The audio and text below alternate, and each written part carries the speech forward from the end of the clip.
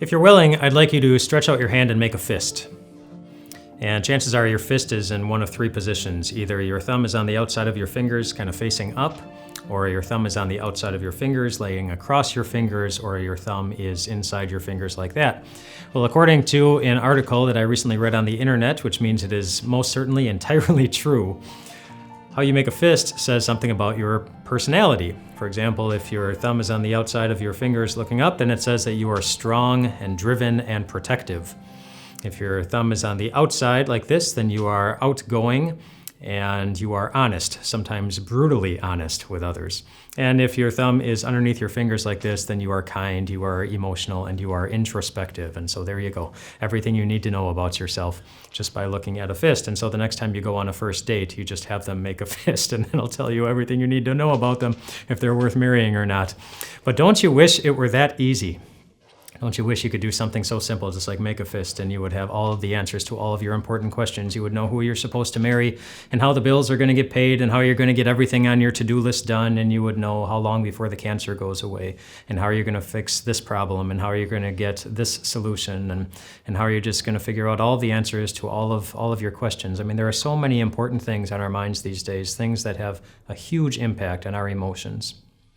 And how do you think all the things that are on our hearts these days compare with all the things that were on the hearts of Moses and the Israelites as they were leaving Egypt in the book of Exodus?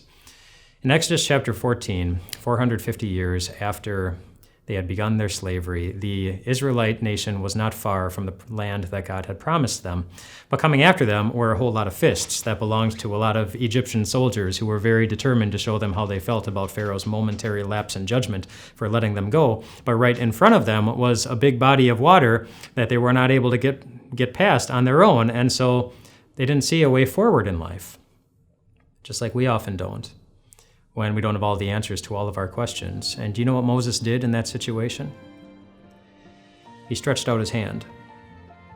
Not because he wanted to show everybody what kind of personality he had, but because he wanted to remind both them and us exactly what kind of God our hope is in. And when the Israelites came to Moses scared because they couldn't see a way forward in life, Moses told them to do something. He said, "You only need to be still." And why did he say that? Because the Lord will fight for you. The Lord was going to give them a way forward. And this week we're going to talk about how the Lord will always do the same thing for you. On April 15th, 2012, James and a couple of his buddies were walking toward the finish line of the very famous Boston Marathon when a bomb went off. You may remember that day. James and all of his buddies were injured very seriously. 3 of his buddies lost a leg that day. James ended up in the hospital for a very long time, had to go through many different surgeries and a very lengthy rehabilitation. James admitted that he had a very long stretch when he just did not see, he didn't feel that he would ever see or feel anything good ever again in life. He was pretty down in the dumps. And he's not the only person who can ever feel that way. You know, a lot of people died that day at the Boston Marathon, and moving on from the death of someone you love can be a difficult, if not impossible, recovery for anyone. So can moving on from an addiction or trying to beat an addiction. Even if you have the desire to move on from it, it can feel impossible to do, especially when you've bottomed out again. A bad marriage can be difficult to find joy in, never mind one where adultery has happened. Or maybe somebody that you love is going the wrong way in life, and so far nothing you've said, nothing you've done has been able to turn things around. Or maybe you're just, in some way, you're looking for one ray of hope in your life, but it doesn't seem to be coming. But just because you can't see how something is going to happen doesn't mean that it can't. Take James, for example. When James was in the hospital, there was a nurse named Krista who was assigned to care for him, and James started to like Krista. He started to hope that he would spend a little bit more time with her, and he began to look for opportunities to talk with her, and they talked a little bit more, and eventually James started hoping that maybe something good would come from this very bad thing that had happened to him, and eventually Krista hoped the same thing. They got married after James got out of the hospital. Just because you can't see how something is going to happen doesn't mean that it can't. And the same happened for the Israelites. As they were running away from Egypt, the Egyptian army was behind them, and the big body of water was in front of them. They couldn't see a way forward. They couldn't see a way forward in life. So God made one for them. It says this, Then Moses stretched out his hand over the sea, and all that night the Lord drove the sea back with a strong east wind and turned it into dry land. The waters were divided, and the Israelites went through the sea on dry ground, with a wall of water on their right and on their left. Just because you can't see a way forward in life doesn't mean that God can't make one. And this wouldn't be the last time that God would do such a thing. As Jesus hung on his cross, it didn't seem like much good could happen from that. It looked like God was dying. And then it looked like God was dead. But then Easter morning came. And God gave you the right to walk through life fully expecting that there is nothing in all creation that is going to stop God from moving you forward and winning in the end. This week we're taking a look at Exodus chapter 14, where God divided the Red Sea for the Israelites. Now, before God divided the Red Sea, before he took down a single Egyptian who was coming after them, he made a promise to Moses, who was leading the Israelites. He said this. He said, "I will gain glory for myself through Pharaoh and all his army, and the Egyptians will know that I am the Lord." And so basically he was saying, by the end of the day, I the Lord, am going to look more glorious than Pharaoh and all of his army. But I want you to think about how that could happen. There's really only one way that a person ends up looking more glorious than the people around them.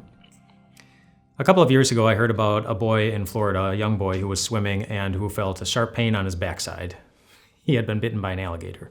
And not a small one. A 9-foot-long, 500-pound alligator had bitten him on the backside, and so he started hitting the alligator on the snout, and he eventually grabbed the teeth of the alligator, pried open his mouth, and he escaped, and he swam back to the shore with the alligator chasing him, and he ended up escaping. He had ended up with one alligator tooth embedded in his skin that needed to be removed, but otherwise he was totally fine, and the story was all over the Florida news that night. Now, I also once had an interaction with an alligator in Florida. I was golfing, and I hit my golf ball to within 3 feet of an alligator that had wandered its way onto the course. And do you know why that alligator interaction didn't end up on the news that night? Because I walked away. I left my ball there, and I just walked away. I did not gain any glory or recognition for what I did that day, because I did what any normal person would do in that situation. In order for God to gain glory for something, he needs to do something that no one else either has or can. In other words, he needs to put himself in situations that in the past have devoured others who've tried to do the same thing. Have you ever thought that maybe one of the reasons God allows you to go through pain or trouble, or to be in situations where it does not look like anything good could ever happen, is because he wants to use your life to send the same message that he used Israel's life to send that day? He wants to use your life to preach a sermon that we have a God who can overcome absolutely anything? I mean, would you rather have an average God or an awesome God? Well, in order to show the world an awesome God, then the world needs to see us extending our hands of faith in situations that have devoured others going through the same thing. When you're going through trouble, when you're going through pain, when you're feeling guilty about something, when you're in situations that you just cannot see a good way of it ending, those are the times to remember the very simple fact that our God came. He came and he put on human flesh to show us that he can overcome anything, and that he would, no matter what it would cost him, no matter how many nails would be embedded in his skin, no matter how many of our sins in our past would need to be forgiven, a past that you do not need to be afraid of anymore.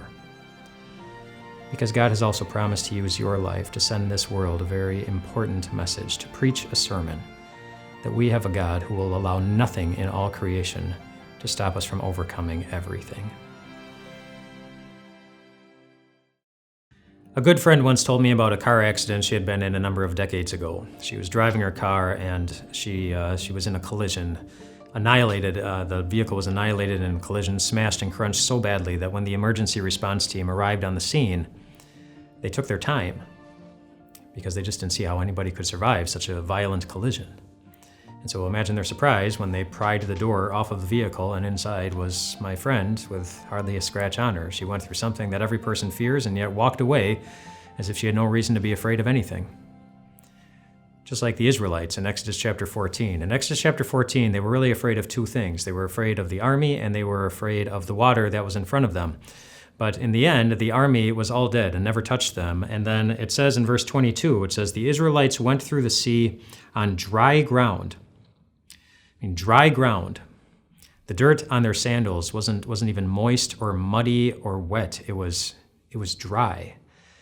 As they stood on the other shore, they must have realized that nothing they feared ever touched them.